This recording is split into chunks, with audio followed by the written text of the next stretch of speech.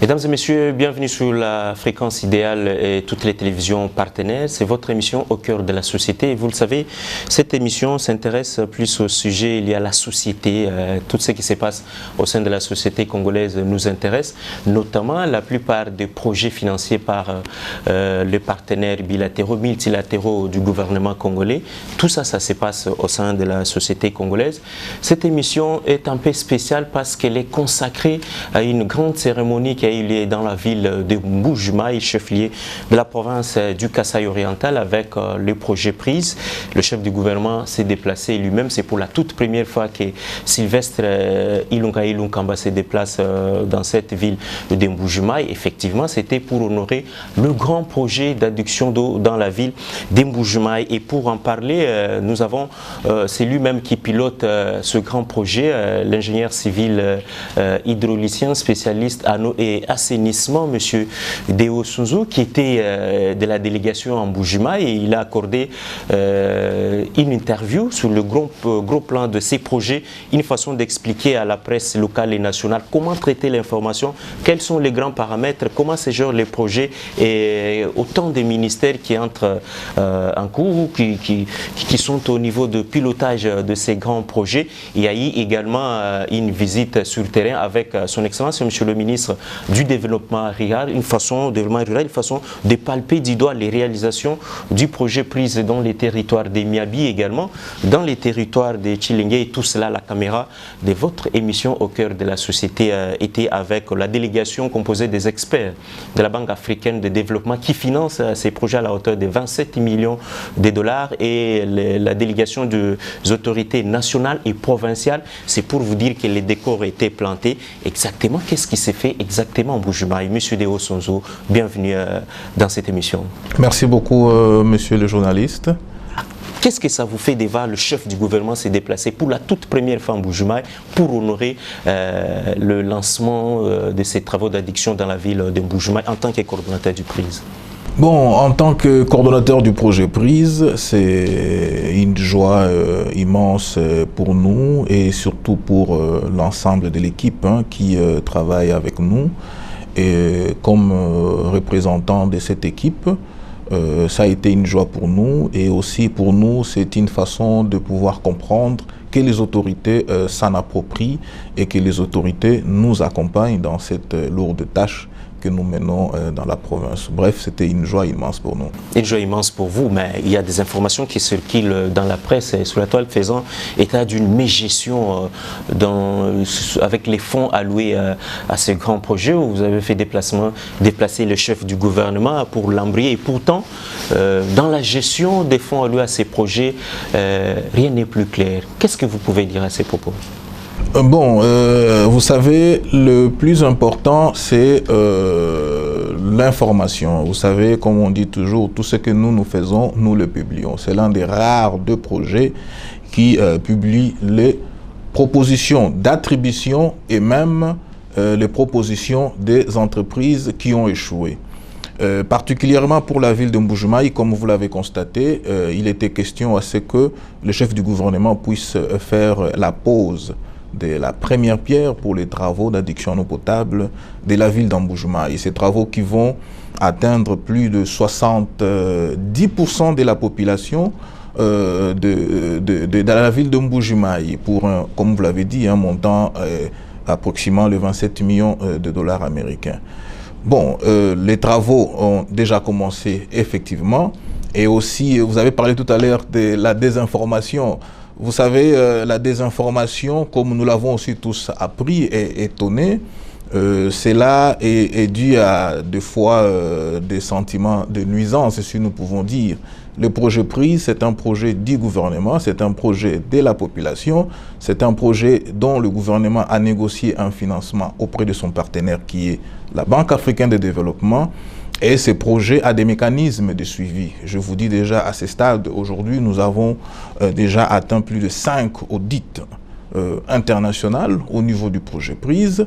Nous avions pu recevoir la mission d'intégrité dépendant de la vice-présidence de la Banque africaine de développement.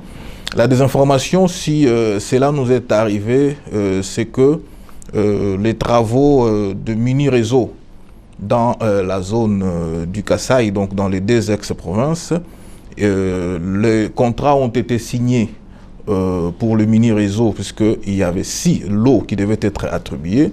Et sur les 6 lots, il y a eu 3 lots qui ont été attribués pour un montant avoisinant les 23 millions de dollars. Et ces 3 lots qui avaient déjà débuté, il était prévu au mois de décembre démarrer les travaux, décembre 2018, et c'était la période des élections. Et il y avait des troubles au niveau aussi de la zone centre du Kasaï. Les entreprises, en commun accord avec le projet PRISE et avec avis de la banque, a fait un avenant correctif sur les délais de démarrage des travaux qui a été reporté pour le 23 février 2019. Après, bien sûr, la prestation de serment. Et ce sont des travaux qui s'étalent sur une durée de 24 mois. Donc, vous pouvez faire les calculs. De 2019, vous ajoutez 24 mois à partir du 23 février, ça vous fait déjà, c'est 2021 pratiquement. Donc, à ce stade, les contrats sont en cours d'exécution et les mesures contraignantes sont appliquées pour permettre à ce que l'entreprise puisse accélérer les travaux, puisse remettre dans les délais les travaux qui lui ont été confiés. Voilà un peu l'information. Donc le chef du gouvernement ne s'est pas déplacé pour rien? Non, mais le chef du gouvernement s'est déplacé. Vous étiez sur place en Mbujimayi. Le contrat avait été signé, ça c'est pour la partie Mbujimayi. Le contrat avait été signé le 20 septembre 2019 et le démarrage des travaux avait été prévu pour le 20 décembre. Et le chef du gouvernement s'est déplacé pour la pose de la première pierre. Et c'est des travaux, comme j'ai dit, qui vont beaucoup plus apporter un soulagement à la population de la province du Kasaï oriental, parce que ça fait plusieurs décennies que cette population n'a pas eu de l'eau potable et n'a pas vu des travaux de telle envergure dans la zone. Alors justement, vous voulez informer tous nos téléspectateurs et tout le peuple congolais que la gestion des fonds alloués à ces projets sont gérés d'une manière responsable. Évidemment, la gestion, vous savez, comme on dit toujours, nous ne sommes que de simples serviteurs. Donc, la gestion de fonds en ce qui concerne ce projet est gérée de commun accord avec les procédures de la Banque africaine de développement. Comme je vous ai dit tout à l'heure, dans son fonctionnement, le projet PRISE a un auditeur interne qui suit au quotidien chaque détail, même un stylo qui est acquis ou qui est acheté. Donc chaque jour. Chaque jour, comme je vous dis. Mais je dis même un stylo ou une bouteille d'eau qui est acquise dans le cadre du fonctionnement du projet PRISE, il y a un auditeur qui suit au quotidien. Et en dehors de cela, la BAD a instauré un système qu'il y ait des audits annuels pour tout ce que nous faisons. Donc, tout ce qui est fait est transmis et est vérifié. Cela veut dire que les entreprises, d'abord, qui sont sélectionnées, c'est par un appel d'offres international. Cet appel d'offres international n'exclut aucune entreprise. Vous comprenez? Et cet appel d'offres international permet à ce que les entreprises puissent déposer leurs offres, leurs soumissions et passent aux procédures de la BAD, de sélection. Et lorsque le projet termine avec ses analyses, elle envoie ses propositions au niveau de la BAD, qui à son tour réanalyse aussi et qui fait des observations s'il y a lieu. Sinon, elle entérine les propositions qui ont été faites. Donc, pour vous dire qu'il y a toute une étape pendant la gestion des contrats. Donc, c'est difficile à une certaine étape chercher peut-être à intervenir d'une manière ou d'une autre. Donc pour vous dire, j'aimerais vraiment vous rassurer encore une fois de plus que les processus tels qu'ils sont menés au niveau du projet prise, ce sont des processus intègres.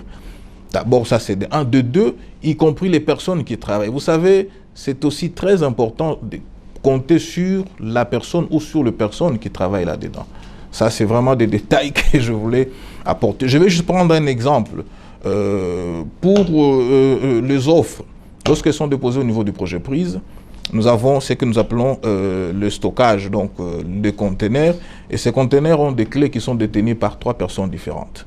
Donc, pour ouvrir ces conteneurs, il faut réunir toutes ces 3 personnes. Ces 3 personnes qui ne sont même pas liées au processus. Et donc, qui habitent le Congo. Ah oui, qui habitent le Congo.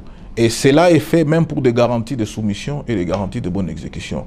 Malheureusement, les réclamations que nous avons, c'est dans la plupart des fois les offres des entrepreneurs qui ne sont pas très bien préparés. Et je vous dis, jusqu'à ces jours, nous n'avions aucune plainte qui a été présentée au niveau du projet en ce qui concerne les processus depuis 2014 que nous avons commencé. Ça, vous le dites parce que vous êtes le coordonnateur du projet ou une façon pour vous de vous défendre? Non, ce n'est pas pour nous une façon de nous défendre. Pour nous, c'est une façon de vous montrer que jusqu'à ce stade, même les entreprises qui échouent aux attributions de contrats ont toutes les preuves qui prouvent que nous avions échoué de manière, comme j'ai dit, de manière sportive, puisque c'est une compétition. Et une compétition, à la fin, il y a un gagnant. Donc, celui qui ne gagne pas a le plein droit de pouvoir revenir au projet. Nous avons des correspondances des firmes ou des entreprises qui échouent. Elles nous écrivent, ces entreprises, et nous répondons. Au besoin, nous les convoquons, puisque nous publions, quand nous publions sur le média, sur les sites de la BAD, nous publions non seulement les résultats d'attribution, nous publions même les raisons qui ont fait que telle firme n'a pas satisfait aux conditions. Cela, c'est pour permettre aussi aux firmes ou aux entreprises de pouvoir améliorer sur les petites erreurs ou sur les procédures qu'elles n'ont pas comprises. Ah, peut-être vous subissez des pressions venant des politiques, M. Deo. Bon, nous ne sommes pas, nous sommes apolitiques. Ça, c'est une des choses que nous aimerions vraiment préciser ici. Nous sommes au service de la nation congolaise. Nous sommes, une fois de plus, j'insiste, nous sommes beaucoup plus techniques. Ce qui est vrai, les politiques donnent les mesures à suivre, bien sûr, puisque c'est les partenaires, la Banque africaine de développement et le gouvernement congolais qui ont initié ce projet prise pour lequel nous assurons la coordination. Donc nous restons beaucoup plus sur l'aspect technique et l'atteinte des résultats, c'est la chose la plus importante pour nous. Et ça, on peut dire que c'est la mission même finale, l'atteinte des résultats. Donc il faut des résultats et non pas d'autres explications. Oui, il faut des résultats, pas d'autres explications. Pourquoi c'est là? Parce que vous savez, d'abord, la zone centre, s'il faut le dire, c'est une zone beaucoup plus compliquée. C'est une zone qui a présenté des indicateurs de développement beaucoup plus bas par rapport à d'autres zones de la RDC, notamment l'Est, l'Ouest, ainsi de suite. Alors, ce qui a fait que le gouvernement congolais, avec son partenaire qui est la BAD, a décidé de pouvoir intervenir dans cette zone-là pour relever les conditions socio-économiques de base. Et comme nous disons, notre souhait, c'est l'atteinte de ces objectifs. Et je pense qu'aujourd'hui, vous l'avez constaté, les écoles et centres de santé sont construites, équipées.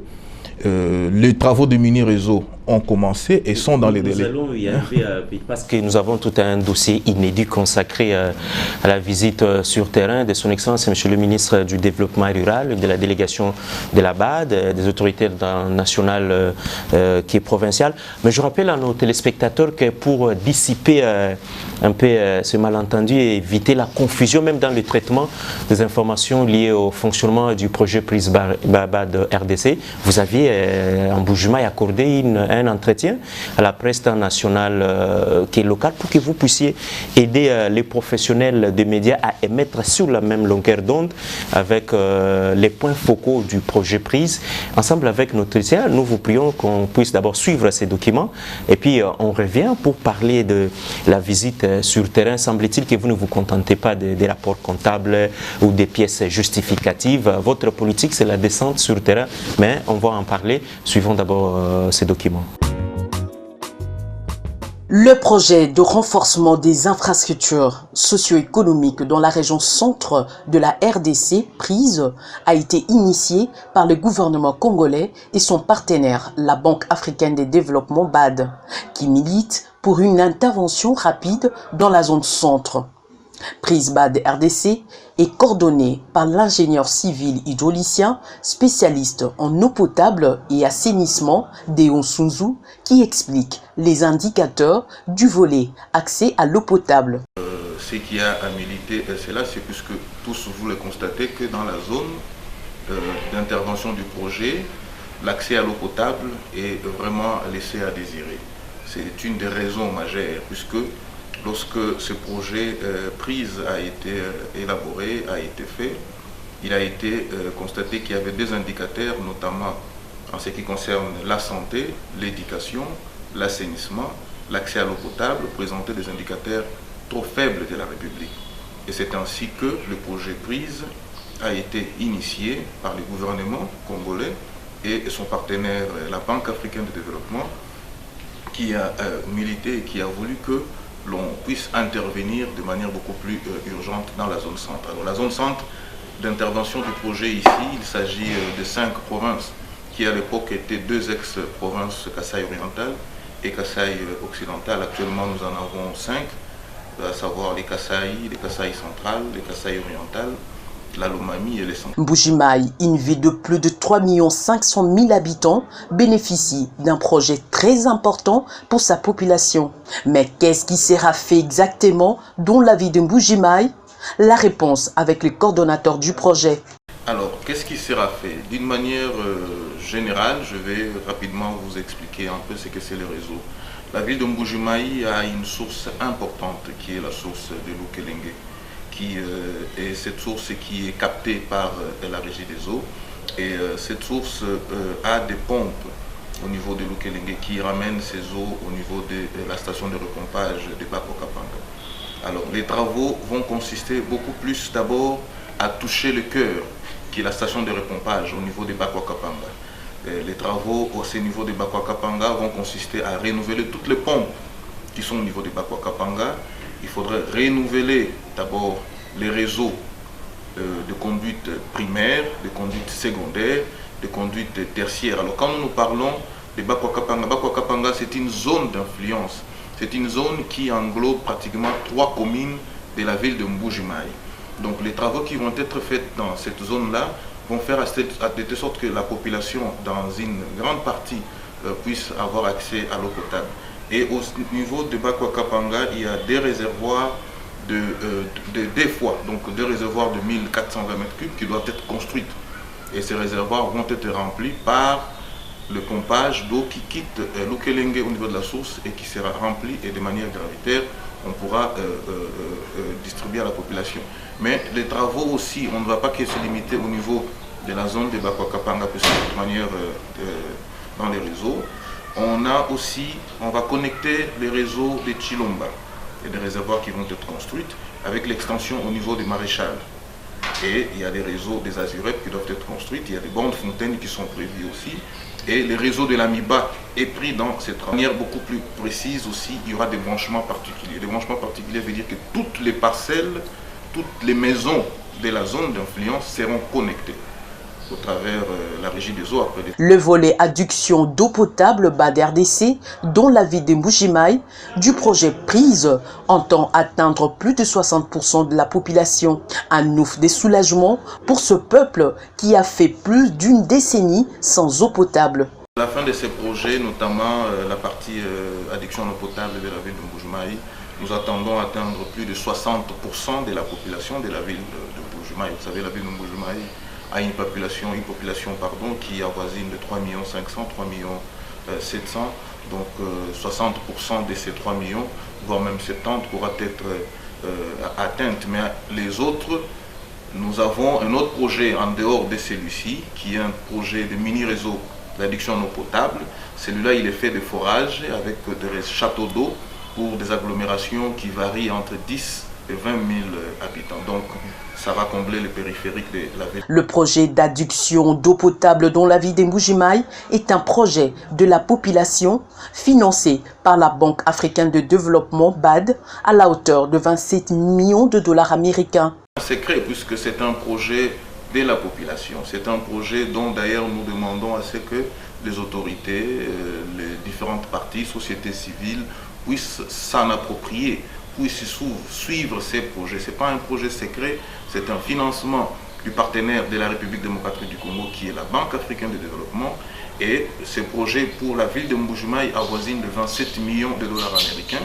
Et pour le périphérique, les autres territoires, à ce moment où nous vous parlons, il y a 10 sites qui sont concernés par les addictions en eau potable, des mini-réseaux, des bornes fontaines et quelques branchements particuliers. Notamment, comme j'ai dit, hein, c'est un réseau où on veut essayer de relever un peu le taux d'accès. Grâce au projet PRISE BAD RDC, plusieurs emplois seront créés et ces résultats à impact visible sur le plan socio-économique ne seront plus à démontrer. Évidemment, puisqu'un projet comme celui-ci, lorsqu'il arrive, il y a la main-d'œuvre locale qui est utilisée. Il y a des emplois qui sont créés. Et vous savez, l'accès à l'eau potable va aussi réduire certaines difficultés au sein de la population, au sein de nos mamans. Vous savez, le temps que les dames mettent pour approvisionner le ménage en eau potable sera automatiquement réduit ou carrément éliminé. Et ça fera que l'on puisse, les dames ou les mamans ou la population puisse vaquer à d'autres occupations. Et ça a de l'impact sur le social déjà de la population. Et l'eau, vous savez, on a besoin de l'eau pour tout faire. Si on veut si un investisseur veut implanter une boulangerie ici, il aura besoin de l'eau. Donc vous voyez déjà que c'est un début de développement. Pour un bon mécanisme de son fonctionnement, ces projets tournent autour de 15 ministères qui participent à son pilotage. Ces réseaux ou ces travaux qui vont être faits, nous travaillons en collaboration avec la Régie des eaux qui est bénéficiaire aussi direct et utilisateur. La Régie des eaux en tant que partenaire technique travaille avec le projet PRISE puisque nous ne pouvons pas travailler sans pour autant travailler avec la Régie des eaux. Pour ce qui est des ouvrages, des infrastructures, notamment des centres de santé, il y a le ministère de la Santé qui est impliqué. Pour les ouvrages scolaires, il y a les PSP qui est impliqué. Pour les latrines publiques qui sont construites, nous avons le ministère de l'Environnement. Nous avons, en fait, ces projets tournent autour de 15 ministères qui participent d'ailleurs à son pilotage. Donc, ils sont tous impliqués et partant même du gouvernement, donc la province, ils sont au courant de tout ce que nous faisons et nous les informons puisqu'il y a chaque année des réunions qui sont organisées de pilotage où toutes les questions et même des missions de supervision de tous ces membres qui participent au projet et qui ont l'information et qui vont assurer la pérennisation. Et ce qui fera qu'après le projet, vous verrez que déjà ce qui est fait, ce qui a été réceptionné, cela fonctionne et c'est sous l'instruction et sous la conduite des différents. Il y a une parfaite collaboration entre la population bénéficiaire des réalisations du projet PRISE BAD RDC et ses animateurs, d'où la protection de ces infrastructures. La population est bénéficiaire. Vous savez, le projet PRISE, nous existons depuis 2014. Il y a eu des événements malheureux dans la zone centre de la RDC que nous savons tous. Et ça, j'aimerais quand même vous le dire aussi. Les ouvrages qui étaient en cours de construction ou qui ont été construits dans le cadre du projet PRISE n'ont pas été détruits. Au contraire, ils ont été sécurisés par les miliciens et même par les partis qui n'étaient pas occupés. Pour vous dire que déjà la population elle-même avait compris ce que c'était le projet PRISE. Quand vous amenez un centre de santé à des milliers de kilomètres, parce que ces centres de santé que nous avons construits sont équipés, les écoles aussi en même temps sont équipées en mobilier scolaire, et ils comprennent, ça c'était déjà positif pour nous. Donc ce que je peux dire à la population, c'est de continuer à soutenir le projet PRISE. Et c'est un projet qui leur appartient et c'est aussi très très important. Quand il y a des questions à poser, il faut qu'ils passent puisque le projet a des antennes au niveau de chaque province. Il y a des responsables des antennes et nous demandons à ce que pour tous ceux qui ont des questions, ils peuvent toujours passer pour avoir des précisions, pour des fois effacer ce qui est la désinformation La rigueur dans l'exécution de ce projet pousse l'ingénieur civil hydraulicien spécialiste en eau potable et assainissement à effectuer des visites de terrain en lieu et place de se contenter des rapports comptables. Ce qui reste à faire, puisque, comme je vous ai dit, le projet avait pour objectif d'atteindre plus de 60 mini-réseaux qui doivent être construits. Quand on dit mini-réseau, c'est pratiquement des villes qu'on va développer. C'est un mini-réseau qui est prévu à avoisine 10 à 20 000 habitants. Et nous en avons 60 dans la grande zone. Et à Miabi, nous sommes allés voir les travaux qui ont été déjà contractés avec une entreprise chinoise qui avait déjà commencé les travaux. Dans son lot, elle a 10 sites d'intervention. Donc il y a des forages qui doivent être faits, il y a des châteaux d'eau en béton armé qui doivent être construits. Et à côté de ces mini-réseaux, nous avons ajouté ce qu'on appelle les espaces à vivre. Espaces à vivre, c'est quoi? Il y a un marché là-dedans, il y a des boutiques, il y a des abattoirs, il y a des moulins. Et le réseau qui y sera implanté, c'est un réseau, comme on dit, un réseau hybride. Parce que nous savons que dans la zone, il y a des sérieux problèmes d'énergie électrique. Donc ce sont des pompes qui vont fonctionner avec le solaire et en même temps avec les thermiques. Ça, c'est du côté de Miabi, mais en dehors de ça aussi, il y a des centres de santé qui sont construits à Miabi, il y a des écoles qui sont construites à Miabi. Et à Tshilenge, où nous sommes allés visiter, nous avions trouvé des travaux qui étaient en cours de finition. C'était pour aussi voir si les mesures contraignantes que nous avions affichées ou que nous avions adressées à l'entreprise, si elles ont eu de l'impact sur le terrain, puisque vous savez, les entreprises ont des fois des difficultés pour ce qui est d'accès à des zones. Vous savez, les routes n'existent presque pas. Donc, pour un contrat de 8 mois ou 6 mois, on va jusqu'aux avenants de 9 mois, 10 mois, il en est même pour construire une école. Donc, c'était ça l'objet de notre visite de terrain. Nous n'avons fait que ces quelques terrains, mais normalement, sur place, nous avons une équipe qui coordonne, qui supervise l'ensemble des sites et les travaux qui sont construits. Pour une bonne visibilité et communication avec le bénéficiaire, une firme d'information, d'éducation et de la communication a été recrutée, précise Deo Sunzu. Au niveau du projet Prise, nous avions une firme qui a été recrutée. Cette firme a pour mission d'information, d'éducation et de communication. Son rôle, c'est organiser des émissions au niveau local. Et nous pensons qu'il est aussi important que ça se fasse au niveau national aussi. Alors cette firme, elle est là, elle a des calicots, elle passe dans des territoires, elle informe, elle a tout un réseau d'informateurs et aussi cette firme aura pour mission de pouvoir organiser les utilisateurs autour d'un réseau pour ce qui est d'addiction à l'eau potable, pour ce qui est des latrines qu'il faut utiliser. Donc toutes ces dispositions ont été prises au niveau du projet Prise, surtout pour pérenniser. Et c'est là, c'est parce que nous nous sommes référés des expériences du passé et d'autres projets et nous avons essayé d'améliorer pour que l'avant-projet ne soit pas égal à l'après-projet. Le projet Prise au bas de RDC étant une œuvre humaine, Deo Sunzu veut y croire. L'espoir fait vivre, comme on dit, mais qui vit d'espoir sans fin meurt de faim. Mais aujourd'hui, l'espoir que la population avait, ce n'est pas l'espoir sans fin, puisque aujourd'hui ça s'est concrétisé. L'entreprise est sur place, les engins sont sur place, l'entreprise a déjà commandé l'ensemble des équipements, ce qui est extraordinaire pour tout le réseau concerné dans le contrat. N'eût été cette histoire d'épidémie de coronavirus, nous pensons que déjà, il était prévu que le mois de mars, que les équipements, les conduites, les pompes et les vannes et tout le reste pouvaient déjà commencer à venir. Mais nous, de l'autre côté, nous suivons aussi. Nous faisons l'effort de telle sorte que les travaux qui sont prévus pour 32 mois, mais 32 mois c'est la durée globale, mais avant 32 mois, nous estimons que nous pourrons procéder aux réceptions et aux quelques tests. Mais ce que je voulais ajouter aussi, les travaux que nous allons mener, comme je dis, va porter plus de 60% de la population, mais il y a aussi un autre financement de notre bailleur, toujours au bénéfice de la population de la province du Kasaï oriental, plus particulièrement Mbuji-Mayi, qui va compléter la partie d'extension que nous n'avons pas fait par rapport au budget que nous avons. C'est la KFW qui va appuyer aussi la régie des eaux pour faire l'ensemble. Pour son volet urbain, le projet Prisma d'RDC travaille avec la Régie des eaux comme partenaire technique.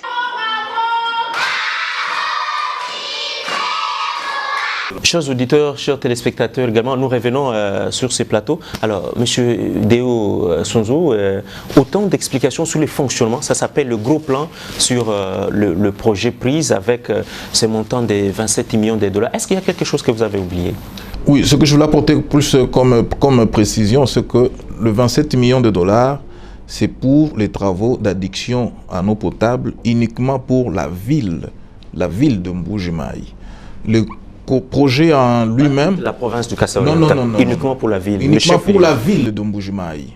Pour la province du Kasaï oriental, il y a d'autres travaux d'addiction en eau potable pour de mini-réseaux. Ces mini-réseaux ont pour objectif d'atteindre des agglomérations de 10 à 20 000 habitants. Donc, c'est quoi en gros de manière technique? Ce sont des forages d'eau qui sont faits, qui remplissent des châteaux d'eau, et ces châteaux d'eau vont desservir cette population. Et aussi à côté de ça, il y a des branchements particuliers et des bornes fontaines. Donc pour vous dire que les 27 millions, ce n'était que pour la ville de Mbuji-Mayi, et les autres travaux de mini-réseau tout autour, dans les périphériques et dans le milieu rural, dans la province du Kasaï oriental, vont constituer ces mini-réseaux. Et à côté de ces mini-réseaux, il y a ce qu'on appelle des espaces à vivre. Espaces à vivre, c'est un marché moderne qui est construit avec moulins, boutiques, dépôts, abattoirs et tout ce qui s'en suivent. Et à côté de ça, il y a des latrines publiques et tout ça.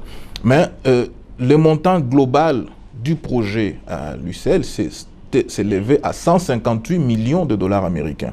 Ces 158 millions de dollars américains ont été répartis sur 3 composantes essentielles dans la gestion d'un projet où nous avons la composante des infrastructures, développement des infrastructures, vous avez la composante études et renforcement des capacités, et puis la composante gestion de projet, puisque vous avez juste vu que nous avons réalisé ou effectué des ouvrages, mais à côté de ça, il y a des études. Le projet Prise a dû financer les études pour la construction dans le futur du barrage hydroélectrique au niveau de la rivière de l'Ovois. Et la rivière qui prend sa source vers l'Angola. C'est dans le souci plus tard de pouvoir suppléer en énergie dans la province du Kasaï tout court, donc Tchikapa comme ville, et aussi les installations de la Régie des eaux. Il y a, en dehors de cette étude-là, il y a d'autres études socio-économiques, genre, qui sont menées au niveau du projet Prise. Donc, l'enveloppe globale des projets Prise s'élève à 158,18 millions de dollars américains. Justement, une semaine très surchargée en Mbuji avec l'arrivée du chef du gouvernement. Il fallait passer de la cérémonie du dépôt de la première pierre en passant par exactement d'autres cérémonies. Cela nous ouvre la porte de parler un peu des réalisations à impact visible, parce qu'il fallait qu'on voie ça, il fallait que la délégation composée des autorités nationales et provinciales et aussi les experts de la Banque africaine de développement puissent palper du doigt ce qu'a fait exactement le projet Prise dans la province du Kasaï oriental, si on peut le dire ainsi. Et il y a eu une descente composée du ministre du Développement rural, et vous étiez là, vous avez conduit la délégation dans le territoire de Miabi, on a vu des écoles, 1000 femmes. Aujourd'hui, il y a des femmes qui apprennent, qui savent lire, qui savent écrire, d'autres qui sont allées à l'UNPC. Il y a des jeunes, on a vu des écoles au fin fond de la province équipées et tout ça. Et le ministre était très content, mais dans le territoire des Tchilingé, par contre, les travaux piétinent un peu et c'est une forte délégation. Est-ce que vous avez eu peur de conduire la délégation au risque de constater que les travaux ne répondent pas aux rapports qui sont sur votre... Non, pour nous, c'est d'ailleurs une de nos missions, nous sommes habitués, ce n'est pas une des premières de missions, ce sont des missions que nous appelons des missions de supervision. Nous avons beaucoup plus aimé et d'ailleurs nous avons beaucoup plus apprécié puisque l'excellence ministre du Développement rural, M. Guy Mikulu, a même promis de pouvoir régulièrement faire ce genre de missions de supervision et apporter d'ailleurs des suggestions et même des observations. Bon, pour nous, ce genre de missions, au contraire, nous encourage aussi puisque la plupart des fois, ce qui est fait dans le cadre du projet Prise n'est pas très bien appréhendé pour la plupart des fois par les autorités, des fois au niveau national. Mais nous avions beaucoup plus apprécié que le ministre sectoriel du développement rural a compris la chose et il s'en approprie. Et d'ailleurs, vous avez remarqué que c'est lui-même qui expliquer d'ailleurs le projet. Nous étions coordonnateurs et nous étions juste en arrière-plan. Et ça, c'était une joie pour nous. Autre chose, un détail important que vous avez soulevé tout à l'heure pour ce qui est du centre multifonctionnel genre que nous avons construit. Et les femmes sont formées ou en cours de formation. C'est une très bonne chose. Pourquoi? Parce que ces femmes aujourd'hui, d'autres ont des postes de comptables, petite comptabilité dans un magasin, d'autres sont caissières, d'autres ont appris à écrire, à lire, je crois que vous l'avez constaté. Mais à côté de ça, il y a une activité qui n'a pas encore été finalisée, qui est l'activité d'octroi des microcrédits. Donc, il est prévu à ce que ces femmes-là, certaines puissent être regroupées en associations qui bénéficieront de ces microcrédits avec un taux de rentabilité de remboursement trop faible. Aucune banque ou une coopérative dans la zone ne pourrait proposer ce fait-là. Mais à ce stade, nous sommes au niveau de conditionnalités qui doivent être respectées puisque on a dû former récemment les gestionnaires de ces centres, notamment des dames, dans la gestion de logiciels que nous avions installés à leur disposition pour gérer un peu. Vous savez, aujourd'hui, la technologie évolue, la gestion comptable et crédit nécessite une certaine formation. Bon, voilà un peu ce que vous avez vu. Bon, les écoles, les centres de santé, vous avez vu que ces écoles sont équipées et construites. La difficulté qu'il y a eu, c'est l'accessibilité à la zone. Vous savez, la zone centre pose de sérieux problèmes d'accès et ça, c'est parmi les difficultés. Mais voir les autorités venir, nous, ça nous encourage, puisque maintenant, là, on comprend qu'ils s'en approprient, et c'est d'ailleurs notre souhait, s'en approprier et en assurer la pérennisation. Voilà un peu. Est-ce qu'il vous arrive aussi de jeter un coup d'œil dans les rémunérations de la main-d'œuvre locale? Oui, la main-d'œuvre locale, il nous arrive très souvent, puisque ces entreprises que vous trouvez, ils ont sur place des mécanismes de suivi. Nous avons un plan de gestion environnementale. Ces plans de gestion environnementale ne s'arrêtent pas seulement au suivi environnemental, et les regardent toutes ces questions. Puisque une entreprise qui s'implante dans la zone, cette entreprise apporte ce qu'on appelle un appui, elle apporte un financement. Et elle a besoin d'utiliser la main-d'œuvre locale. Bon, l'entreprise, ils ont des politiques aussi internes d'embauche en termes de concurrence, puisque nous, quand nous recrutons une entreprise, nous recrutons l'entreprise, y compris les personnels clés de l'entreprise qui vont exécuter cette mission.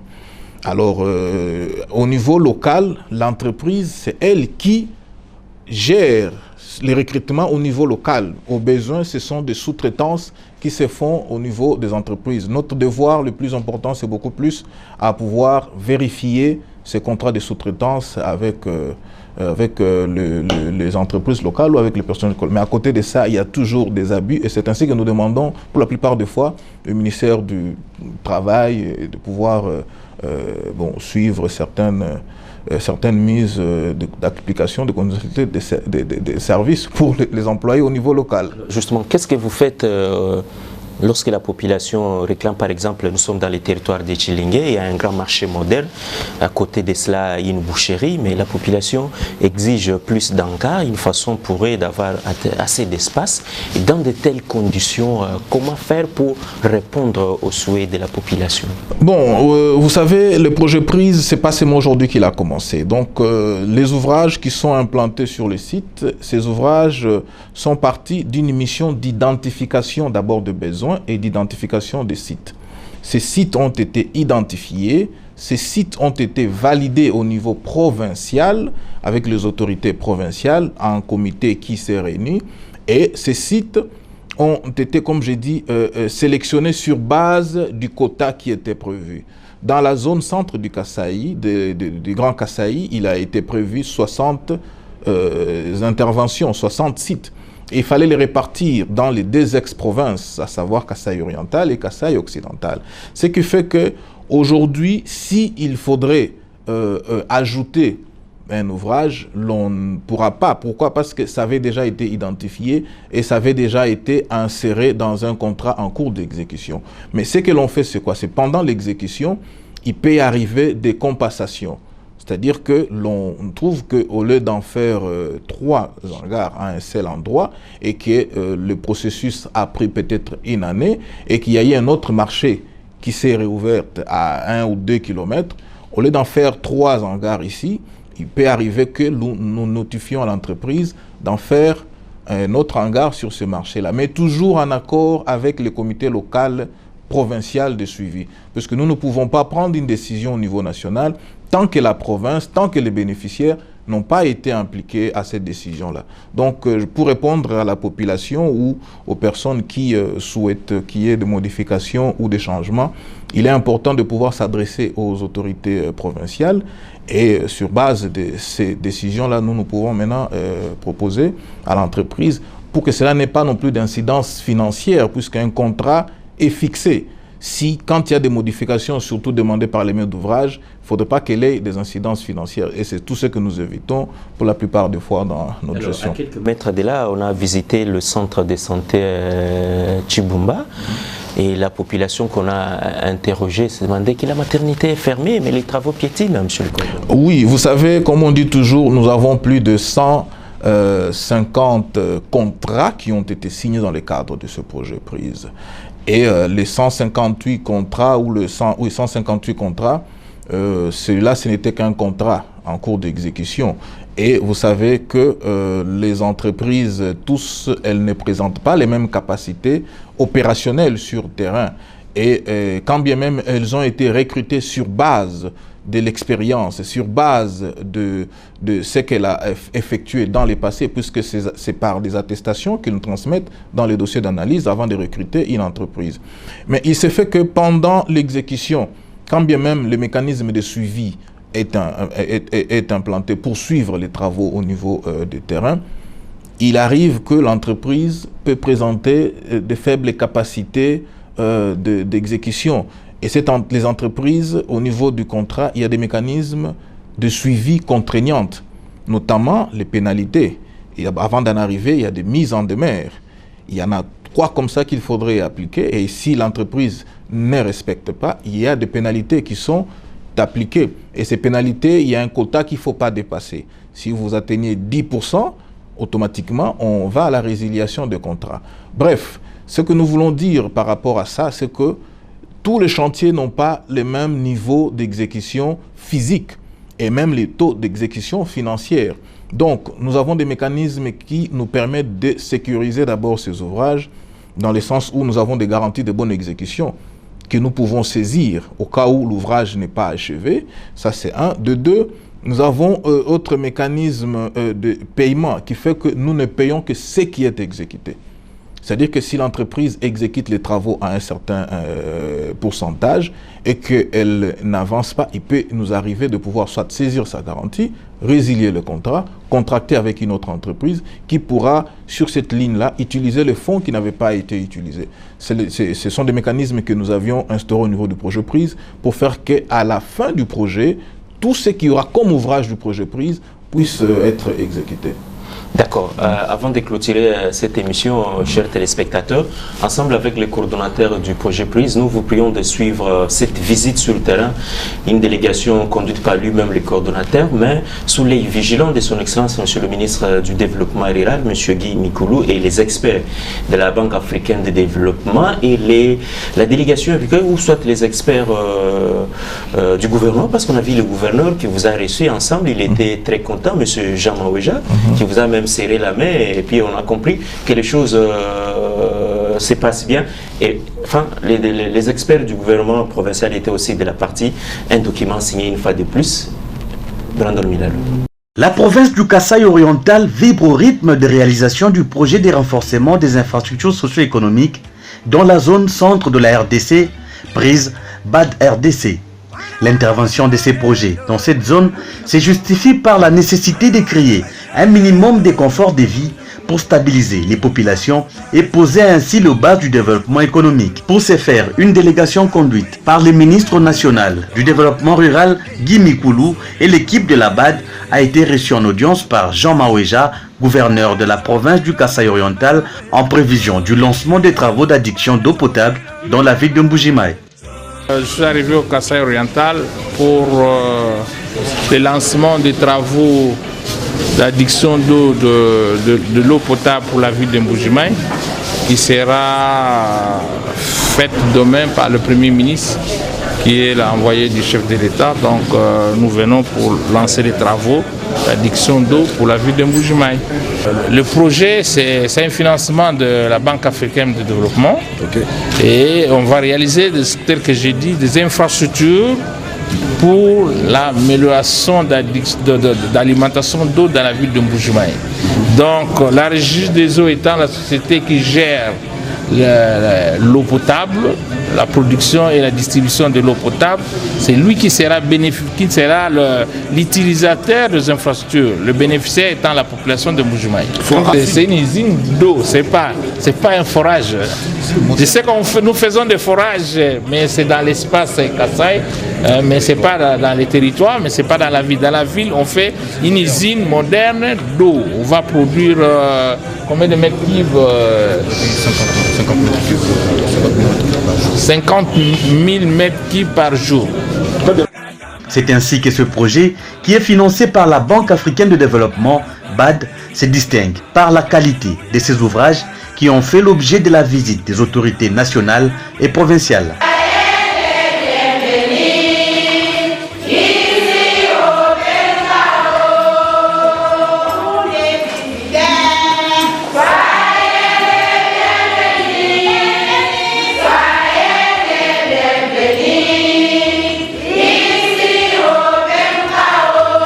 Guy Mikulu, ministre national du développement rural, entame ensemble avec la délégation de la BAD la visite de réalisation du projet prise par le centre multifonctionnel genre construit à plus de 40 km de la ville de Mbuji-Mayi dans le territoire de Miabi où plus de 1000 femmes sont formées sur le développement des activités génératrices de revenus. Il y a un changement puisque nous avons déjà appris plusieurs moments. Elles se sont améliorées sur le plan parler aussi, l'écriture et aussi ils apprennent des petits travaux que nous souhaitons qu'on puisse nous donner quand même des financements afin d'améliorer aussi leur vie.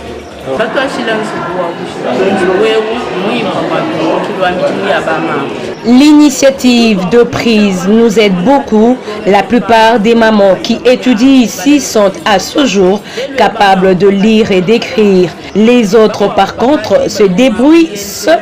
Actuellement, nous demandons qu'on nous vienne en aide en termes de salaire.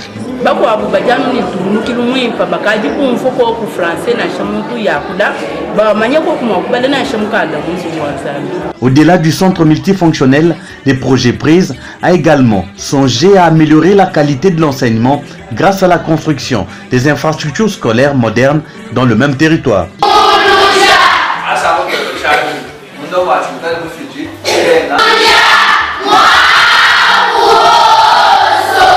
Très content d'avoir ce bâtiment. Prise vous a beaucoup aidé parce qu'on manquait de bâtiments. Si vous vérifiez là-bas de l'autre côté, vous allez voir que les bâtiments sont tellement abîmés. Mais Prise nous a fait quand même quelque chose et les enfants sont très contents. Même la population de Miabi, même les sœurs, la congrégation est très contente de Prise en tout cas. Mais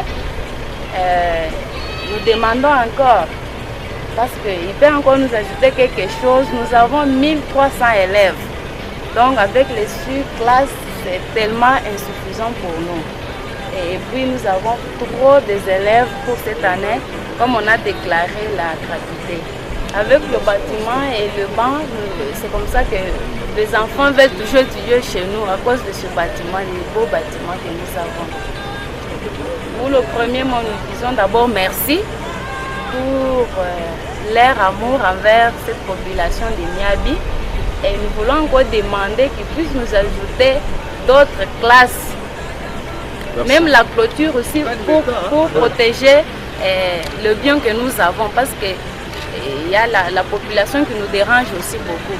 En fait, la prise nous a vraiment fourni un très bon travail. Un très bon travail. Nous leur disons grand merci. jusque-là. Mais nous leur demandons aussi, il y a de la place qui reste, il y a beaucoup d'enfants, il y a peu de salles, alors nous leur demandons s'ils peuvent avoir la Avant le projet, oui, pas autant qu'aujourd'hui. Il y avait beaucoup d'élèves, pas autant qu'aujourd'hui. Ce qu'il fait ça maintenant, vraiment, c'est très bien. Maintenant, il y a maintenant de bonnes conditions d'études. Donc, même quand il pleut, maintenant, nous sommes toujours là. Même s'il fait sombre, il y a toujours moyen d'étudier. Déjà, il y a du courant, il y a tout. Non, avant, il n'y avait pas beaucoup d'enfants. Maintenant, à partir de ce qu'on a fait maintenant, nous avons trouvé maintenant beaucoup d'enfants. Parce qu'ils ont maintenant pour bien faire, parce qu'ils étudient maintenant normalement. Ils ont profité maintenant des nouveaux bâtiments maintenant pour s'étudier maintenant. Ah non, j'ai dit, un grand merci. Alors, nous ont fait un très bon travail. Un marché moderne voit également jour pour répondre aux attentes de la population. Cette heure est accueillie chaleureusement par les bénéficiaires. Pour l'entreprise prise, je félicite beaucoup les responsables et les personnels de cette entreprise. Félicitations pour eux, de ma part et de notre société entière. Puisque avec le projet prise, nous avons aussi un centre de santé bien réhabilité et bien construit. Vraiment, et nous avons aussi le projet comme tel, le EP Cancel 1, c'est construit par le projet prise. Nous avons un immeuble ici vraiment qui abrite beaucoup de femmes pour le genre de famille, pour nos femmes kassayennes. À Salibiso Kaka, centre de santé, Yakitoko. Tumoni kaka o bandako ya mama. Kwa na province mobimba kaka tumoni kaka venda kwao. Kwa to sepeli kaka na makambo nyonso o prise asali. Mais eloko tosenga bandeko na biso yo. Bantu entité oyo mais bazo même bango na musala te. Ba oyo bazo mema bango na musala beze ba uti musika. Bandeko ya basemeki ya mais baoyo nyonso te oyo naza batobeli awo bamaçonnerie bazali awo bamenise baza awo bachauffeur baza bato ebele kaka mais bazomema na bango na mosala te mais eloko tosunge bino nde bomema biso na mosala komona wenze na village na biso eza esengo mingi tosepela parce que eloko moko boye epesi biso valeur na nyaki tozalaki na wenze te tobanda kokemba me tomoni wenze projet oyo ezosepelisa biso bokontinue na territoire moi na territoire ya biso ya kongo mobimba bobongisa bawenze nini na développement ekontinue mai nini tokosala biloko nyonso courant kwa à part wenze basala pe mai ba place à vivre tozala pe nende kola bato bazo vivre na kini wo soit wapi to vivre bien to fêter nene tozaka za posa biloko nyonso na mai kura nene wenze zo se pesa biso fort tozaka na wenze te abanda ko finga biso na ba village nini no abo to komi na ville ko na wenze oyo mais eloko na asenga bino bo continuer na musala bino oyo zamba pambola bino tozopesa bato bazala mwa calme toza na esengo trop prise tozosepela na ye mpona mosala oyo azosala mpona population na biso mpe toza na esengo mingi mpona komona prise te tozolingaka abakisa oyo koleka oyo ye azosala liboso bobanda ovivre nde liboso en tout cas tobanda kovivre na bamarché moko ezanga ntina oyo soki omoni yango okosepela te omona marché moko ezanga ntina mpenza. Ça va. Oui, ça va. Parmi les résultats attendus des volets développement des infrastructures figurent la construction ou la réhabilitation de 60 centres de santé équipés en médicaments essentiels. Je dis le projet prise à plusieurs composantes. Il y a la composante éducation, santé, eau potable, assainissement, genre. Et ici où nous sommes, sur ces sites, il y a 2 composantes qui sont réalisées, même 3. Il y a la composante genre, il y a la composante santé et la composante éducation, c'est l'école en face. Donc comme vous avez vu, il y a déjà le centre multifonctionnel genre qui fonctionne déjà. Et ici nous sommes dans un centre de santé. On construit avec le projet plus 60 centres de santé comme ça en raison de 15 par province, par nouvelle province. De Kassai. Donc ici c'est ce modèle que vous voyez ici est dupliqué dans 66. Donc ça montre déjà que les conditions, on est en train vraiment d'améliorer les conditions et les cadres de vie de la population dans les milieux ruraux et périurbains. Ici nous sommes dans un quartier périurbain de la ville de Mbuji-Mayi. Pendant ces temps, Mbuji-Mayi s'apprête à accueillir pour la première fois le chef du gouvernement, le Premier ministre Sylvestre Ilunkamba, venu pour la cérémonie du dépôt de la première pierre de travaux d'adduction d'eau potable dans la ville de Mbuji-Mayi. Le volet d'adduction d'eau potable assure l'autonomisation économique de femmes grâce entre autres à l'installation au site Lukelenge. Les Kassaïens ont longtemps souffert pour avoir de l'eau à Mbuji-Mayi. Nos filles et fils se promènent avec des bidons sur la tête à la recherche de l'eau. Nos autorités sont venues pour renforcer la capacité de la Régie des eaux avec les outils de travail. Saluons la coopération entre les autorités nationales et provinciales.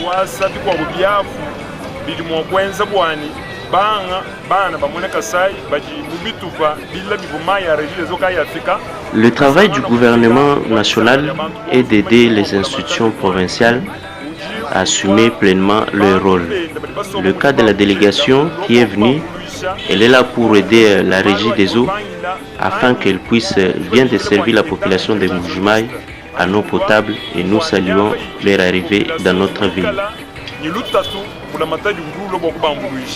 Dans le cadre de l'appropriation du projet, le ministre du Développement rural est descendu lui-même dans un autre territoire. À Tshilenge, le projet du gouvernement de la République, qui est financé par la Banque africaine de développement BAD, tente de répondre aux exigences de la population en construisant un marché moderne bien équipé.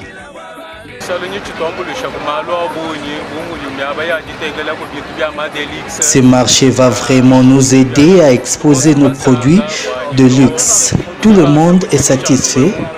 Nous attendons la fin des travaux et prions le bon Dieu que notre province se développe. Nous demandons aux organisateurs de ces travaux pour qu'ils ajoutent plus d'encart au lieu de la boucherie.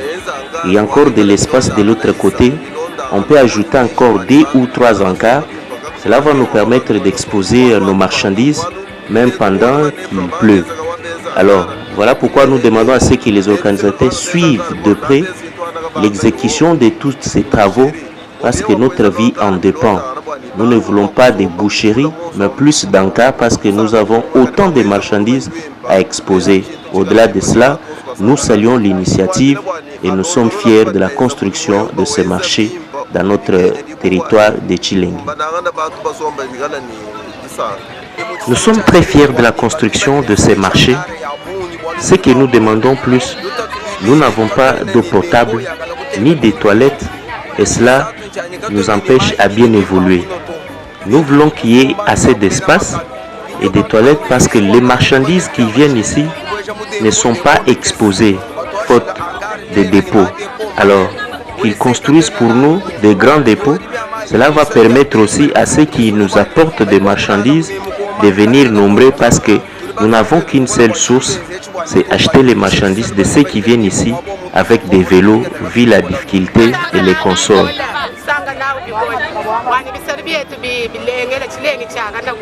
À quelques mètres de là, un nouveau centre de santé pousse dans l'objectif d'améliorer les soins médicaux de la population, les cas du centre de santé Chibumba. Signalons que le projet PRISE prévoit de construire 60 centres de santé dans toutes les nouvelles provinces. Notre souhait le plus ardent est que les travaux se terminent pour que nous puissions reprendre le travail.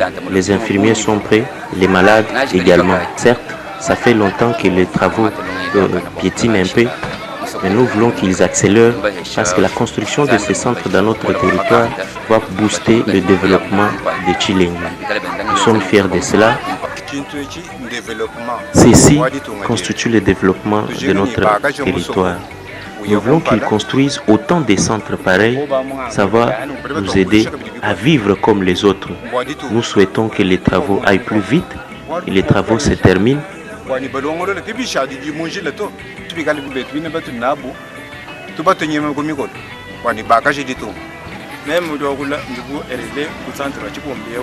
Cette initiative constitue le développement de notre village parce que les infirmiers nous aident beaucoup. Notre souhait est que ces travaux se terminent vite parce que la maternité reste toujours fermée jusqu'à ces jours. De la santé à l'éducation, il n'y a qu'un pas. Les territoires de Chilenge bénéficient de la construction des écoles modernes, des réalisations à impact visible qui poussent les ministres Guy Mikulu du développement rural d'appuyer sur l'accélération. Terminé quand ça? Quand on aura posé les comptes, ils sont en train d'exécuter les financements. Les projets PRISE BAD RDC contribuent à l'amélioration du cadre de vie de la population par un meilleur accès à l'eau potable et à l'assainissement ainsi qu'à la santé et à l'éducation. Toutes ces réalisations ont été passées en revue par la délégation de la BAD ainsi que celle des autorités provinciales et nationales.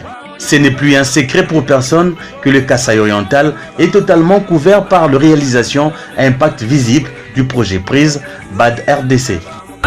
On a suivi tout ça, mais la toute dernière école, une école visitée, on a vu le ministre Guy Mikulu qui appuyait sur l'accélérateur. Vous terminez les travaux quand? Et là j'ai paniqué parce qu'une école construite avec l'électrification, bon, nos écoles, les écoles qui sont construites dans le cadre du projet PRISE, c'est avec l'énergie solaire. Donc, l'excellence, effectivement, a tonné sur, vous l'avez dit tout à l'heure, sur une équipe. C'est sur le fait que l'équipe, l'entreprise, a présenté de faibles capacités opérationnelles. Donc, l'entreprise accuse un retard. Et l'entreprise, suivant les dernières réunions de chantier et les PV des chantiers, a promis remettre l'ouvrage au plus tard le 5 mars 2020. Donc, comme je vous ai dit tout à l'heure, qu'il arrive que les entreprises, il y a certains qui sont canards, qui ont commencé avec une vitesse et à un moment donné, qui ont commencé à décélérer. Mais cela ne nous empêche pas, nous, au niveau du projet PRISE, dans les cadres de suivi, de pouvoir appliquer les mesures contraignantes. Les entreprises, vous avez remarqué que cette entreprise est sous pénalité et elle a intérêt à pouvoir accélérer pour finir les travaux comme elle l'a promis. Mais l'essentiel est que la visite s'est terminée dans un climat très bon. Et le ministre, à la fin, s'est dit très satisfait et il a renouvelé sa confiance aux animateurs de ce projet PRISE. Bon, brièvement, au Kasaï, nous avons le Kasaï oriental, on prend le Kasaï occidental, encore des remous concernant le projet PRISE. Qu'est-ce qui se passe dans quelques secondes? Le Kasaï occidental, le Kasaï oriental, bon, on ne parle plus de Kasaï oriental, occidental. À ce stade ici, nous avons 5 provinces, Kasaï central, Kasaï oriental, Lomami et Sankourou. Donc, à l'époque, lorsque le projet PRISE avait été initié, il a été prévu de répartir 50-50 les interventions. C'est-à-dire que s'il y a 60 écoles, 60 ex-Kasaï oriental, pardon, 30 ex-Kasaï oriental, 30 ex-Kasaï occidental. Mais lorsqu'on a fait les démembrements, on en a 5 provinces aujourd'hui, ce qui fait qu'il y a des provinces, au lieu d'avoir 15 écoles, ils en ont 12. Au lieu d'avoir 13 centres de santé, ils en ont 2 fois 9 et ça déséquilibre. Mais nous sommes restés dans l'ancienne répartition qui avait été faite, qui avait été approuvée. Kabouya s'est déplacé à descendre sur le terrain pour voir comment les choses évoluent. Est-ce qu'il y avait la délégation du PRISE dans cette équipe? Oui, effectivement, au niveau du Kasaï, sur le projet PRISE intervient dans l'interland de la ville de Kananga, notamment sur le site de Tubuluku. Sur ce site de Tubuluku, il est prévu, il a déjà été construit sur ce site un centre de santé dans le cadre du projet PRISE. Et dans le cadre toujours du projet PRISE, il est prévu un réseau d'addiction en eau potable sous financement de la Banque africaine de développement. Et l'excellence gouverneur M. Kabouya est descendu dans le cadre de missions de supervision comme toute autorité pour s'en approprier. Il est descendu avec son ministre des infrastructures pour suivre ce qui se passe sur terrain. Arrivé sur les sites, ils ont constaté qu'il y avait la mission de contrôle qui était sur les sites, le projet PRISE au niveau provincial, les chefs d'antenne provinciale étaient représentés au niveau du projet PRISE et les travaux de mini-réseau, ils ont trouvé un engin de forage qui déjà était à 80 mètres de profondeur en train de forer. Et pour nous, c'est une satisfaction puisque ces travaux avaient accusé un retard. Mais ces retards est dans les délais, consommés dans les délais. Ces retards notamment étaient dus au processus d'exonération, étaient dus au processus d'acheminement de matériel dans la zone du projet. Cette entreprise, bon, que nous n'allons pas dire que nous félicitons, sur base des mesures contraignantes qui ont été imposées à l'entreprise, elle a dit louer à 2 reprises l'avion, puisque c'était prévu que ces matériels partent par route. Elle a loué l'avion de Kinshasa pour Kananga, amener ces matériels. Donc cela suppose que au niveau du projet prise, nous suivons de près et nous essayons avec les responsables au niveau de la BAD pour faire en sorte que les entreprises exécutent comme il se doit les travaux dans les délais. Et l'Excellence a été satisfait de la visite sur site. Et d'ailleurs, il a même fait des recommandations souhaitant que le reste des sites, puisqu'il y a autant de mini-réseaux qui seront exécutés dans la zone, qu'ils soient informés de près pour des missions de supervision et de suivi pour l'appropriation. Justement, nous promettons peut-être avec votre accord qu'il est aussi important que la caméra de votre émission Cœur de la Société puisse descendre, comme ce que nous avons vécu à Miabi. Nous les avons également vus de nos yeux, si vous permettez, dans les territoires de Chilenge, un peu dans la ville de Mbuji-Mayi, les réalisations du projet prise. Et donc, comme nous sommes à la fin, la population congolaise peut se calmer et il n'y a pas de problème, tout coule, tout passe normalement au sein du projet prise. Oui, comme je l'ai dit l'autre fois, c'est vrai, les processus prennent le temps. Vous savez, nous appliquons le processus en termes de sélection qui sont les procédures de la BAD et dont les dossiers doivent attendre des avis de non-objection. Et ce qui fait que des fois, on peut avoir, où nous étions sur terrain, on a promis à la population que dans un délai approximatif de 6 mois, les travaux d'adduction en eau potable vont commencer, où nous allons lancer le processus de sélection d'une entreprise. Les processus en lui seul peuvent vous prendre plus de 6 mois. Et les vérifications, bon, c'est là, c'est pour s'assurer aussi qu'au niveau du projet prise et au niveau de la BAD, dans les services des acquisitions, que les sélections ont été faites de manière beaucoup plus honnête et de manière beaucoup plus sereine, afin de recruter une entreprise qui ne posera pas de problèmes sur terrain. Et ça prend pratiquement beaucoup de temps. Et ce qui fait que la population, de fois, perd un peu de l'espoir. Mais ce que nous pouvons rassurer à la population aujourd'hui, tout ce qui a été prévu dans le cadre du projet prise va s'exécuter, puisque au niveau du projet prise, nous sommes à 100% d'engagement. C'est-à-dire que les 3 autres lots, les 3 autres contrats, d'ici le mois de mars, vous verrez, nous allons procéder à la signature du contrat. Donc, nous sommes à 100% d'engagement et nous entrons maintenant dans la phase suivi des travaux et réception de plus de 60%, 70% même, de ce qui avait déjà été entamé depuis 2014. Voilà ce que je peux dire. Merci beaucoup à monsieur le coordonnateur national du projet prise. Je rappelle que vous êtes ingénieur civil et hydraulicien, spécialiste en eau potable et assainissement, que vous pilotez ce grand projet prise par RDC. Merci d'avoir accordé tout ce temps à la télévision démocratique et à toutes les télévisions partenaires. Amis téléspectateurs, ainsi prend fin ces numéros. Nous vous promettons peut-être prochainement pour descendre aussi à Kananga et palper du doigt ce qui se passe dans cette province, comme ce qu'on a fait dans la ville de Mbuji-Mayi, dans la province du Kasaï oriental. Merci à M. Deo Sonzou, merci à Brandon Milalo, merci à Jires Mabeka et merci à toute l'équipe technique. Nous vous promettons de revenir prochainement avec un autre numéro, mais en attendant, n'oubliez pas de prendre vie de vous parce que chaque jour est une vie.